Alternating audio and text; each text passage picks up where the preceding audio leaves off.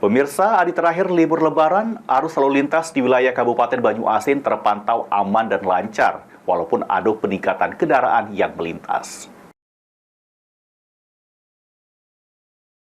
Memasuki H+5 Hari Raya Idul Fitri 1445 Hijriah, arus lalu lintas di wilayah Kabupaten Banyuasin terpantau aman dan lancar. Disampaikan oleh Aibda Kusno, petugas Satlantas Polsek Betung, Polres Banyuasin. Berdasarkan pantauan di Simpang PT KAM, Desa Lubuk Lancang, arus lalu lintas di Jalan Lintas Timur, Palembang Jambi terpantau aman dan lancar, baik dari arah Jambi menuju Palembang dan maupun sebaliknya.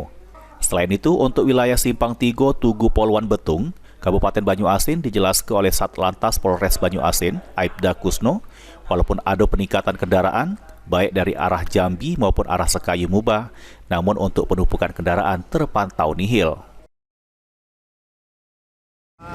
Siang, salam revisi. Kami dari Simpang Betung memberitahukan kembali perkembangan situasi arus lalu lintas pada tanggal 15 April 2024. Pada siang hari ini terpantau ada peningkatan kendaraan dari arah Jambi maupun dari arah Sekayu.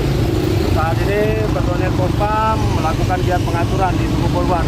Namun untuk giat penumpukan kendaraan sampai saat ini terpantau nihil. Untuk sementara itu yang dapat dilaporkan. Terima kasih, selamat siang.